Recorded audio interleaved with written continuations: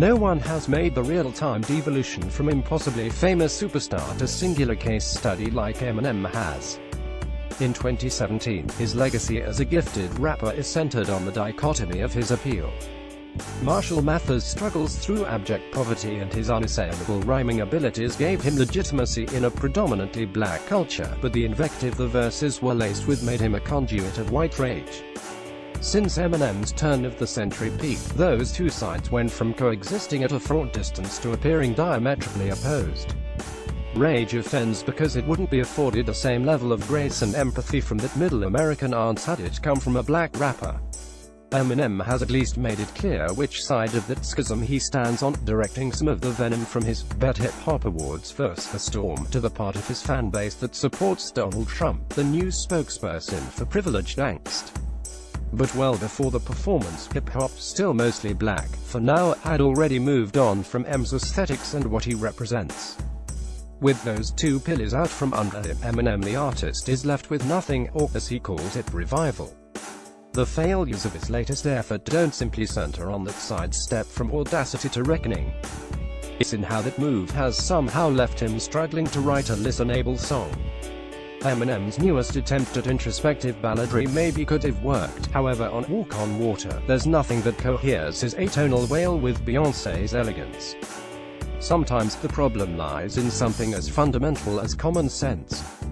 There's no argument for Scram Jones sampling the Cranberries' Zombies in 2017, yet here on the laughably melodramatic In Your Head, who's checking M on these decisions?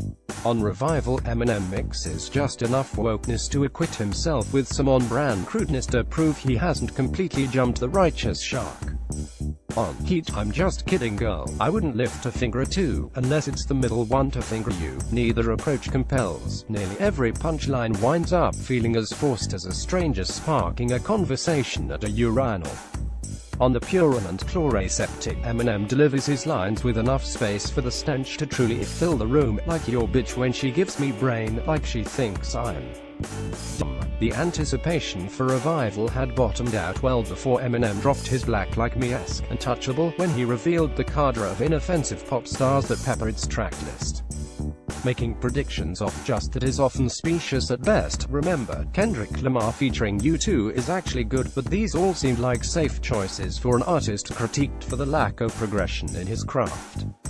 Unsurprisingly, the pessimism was justified. The arc of history doesn't dictate that Eminem has ever made a good song with ex-ambassadors of Pink, and they still sound bad on Bad Husband and Need Me, respectively. The latter might have been an inside job, it's a vomitous sonic Crayola mess. Like Home is an anti-Trump patriotism anthem that uses an extended bird metaphor that concludes, why you think he banned transgenders from the military with a tweet. Eminem makes the odd decision to leave a synthetic placeholder in the hook's vocal track. The official track list says that's supposed to be Alicia Keys, but there's a jig there somewhere. One of the clearest indicators of Eminem's directionlessness is how he's still letting Alex Da Kid of Love the Way You Lie fame land production credits on his albums. That's him on Need Me. At best, he has a gift for making commercial music for a mismatched Eastern Conference first-round playoff series. Here, his beat sounds like the kind of hip-hop schlock B.O.B. might have been smart enough to leave off his first album.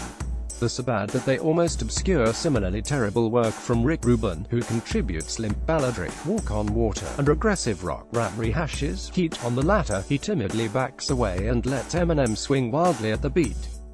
The indignation of having to sit through Rubin's blatantly unimaginative Joan Jett and the Black Hearts sample on Remind Me comes with Eminem loudly whiffing every line. Your booty is heavy duty, like diarrhea. Like the slightly less mediocre Marshall Mathers LP2, Revival saving grace is Eminem's technical ability. His boyish obsession with internal rhyming and homophones is what unites the album. It does come together for the album closing Heroes, where he delivers a painfully and wrenching account of his near from an overdose. Wish I had the strength to just blow a kiss, I go to make a fist, but I can't make one, I'm frozen stiff. If you squint, there's an Eminem classic in Offended.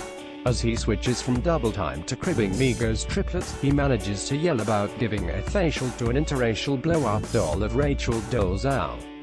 equates his cutback on woman-hating to Ray Rice when he FaceTimes and insults Ivanka and Melania Trump explicitly in a hope to finally grab Donald's attention. He notably didn't respond to a storm. There's a verve with which he spits these bricks that inspires the same morbid fascination as a 5 for 20 night from an aging Kobe Bryant. But Offended ultimately feels exhibitionist, which doesn't quite work when Eminem is struggling to find his purpose to justify the album's bloated 77-minute runtime. Even the plain-spoken, persona-referencing advice he aims at his daughter works as an unintentional metaphor. Tell myself like I used to tell Haley when life's a drag. Told her to do like her dad, don't cry, get mad. Revival constantly asks what is Eminem if he never had followed that advice.